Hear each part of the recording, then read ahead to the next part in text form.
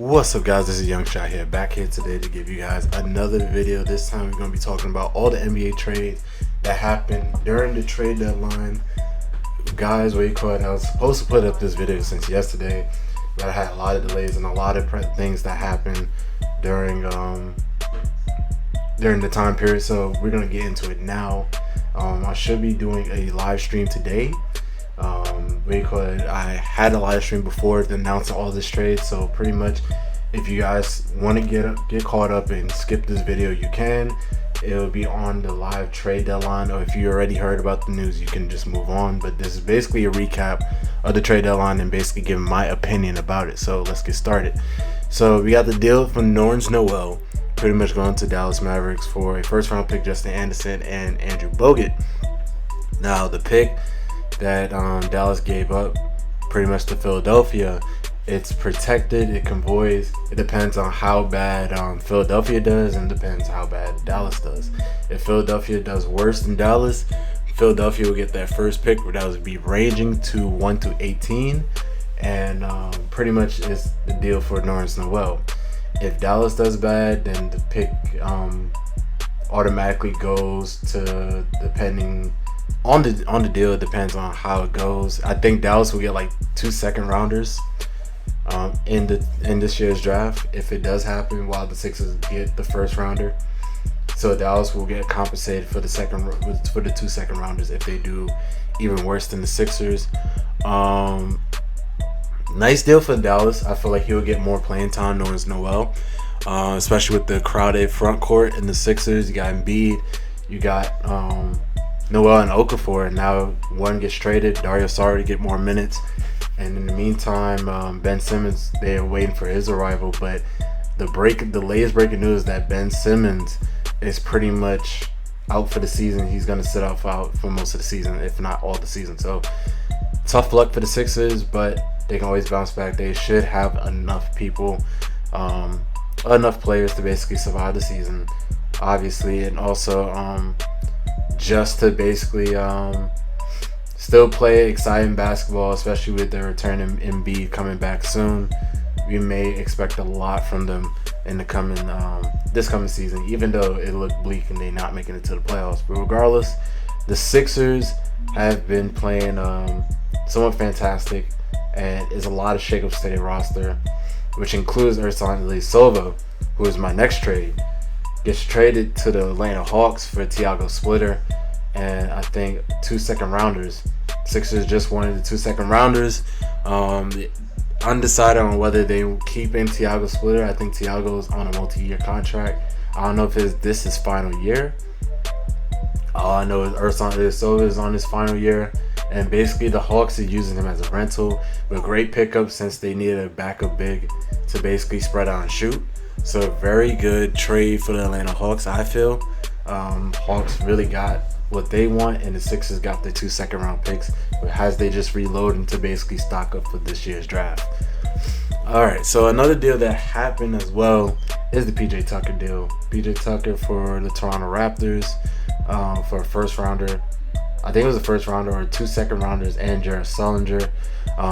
Jared Sullinger will get waived by the Phoenix Suns automatically, and then you got Mike Scott from the Atlanta Hawks get traded to the Phoenix Suns for cash, and he will get waived as well. So the Atlanta Hawks pretty much get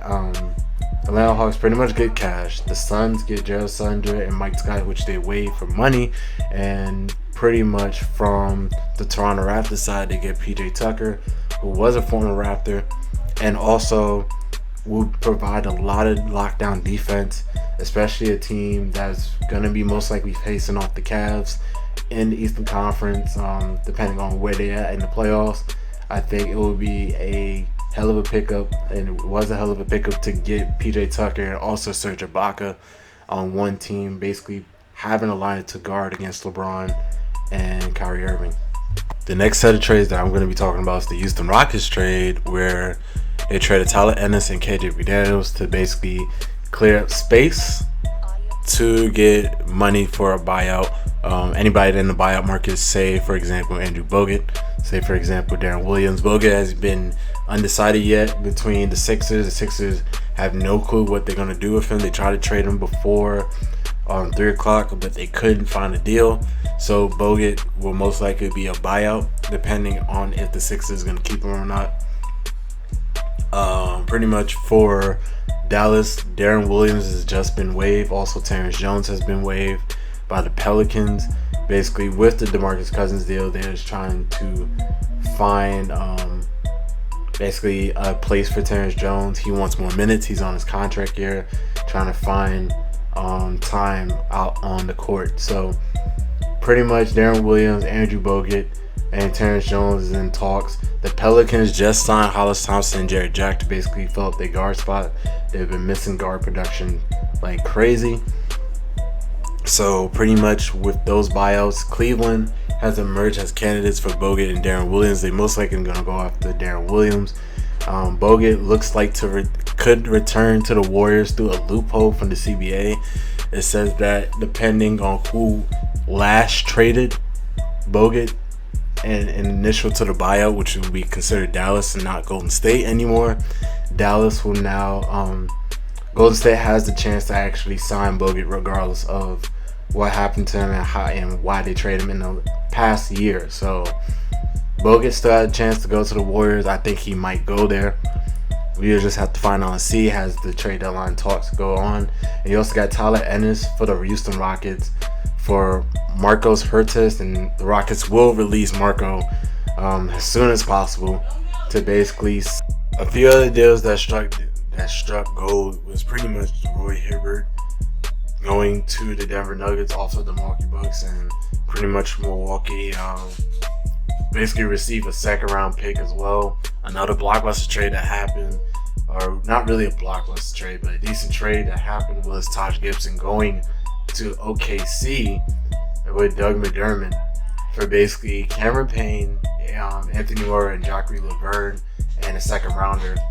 Pretty much the Thunder solidify a really good role player in Taj Gibson, and also they gain Doug McDermott, who can really score off the bench. So really great play, really good trade right there from the OKC Thunder. I don't know what the Bulls were doing, basically trading away Taj Gibson for nothing, but role players and a future, possibly a future scorer, possibly a good bench scorer in Doug McDermott, which is kind of crazy in my opinion, but they did the trade.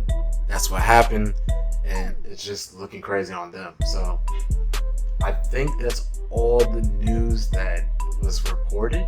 I'm not sure if I'm missing anything. You guys let me know in the comment section. Regardless, this is Young Shoutout. Peace, and thank you guys for tuning in to the trade deadline show before in the stream.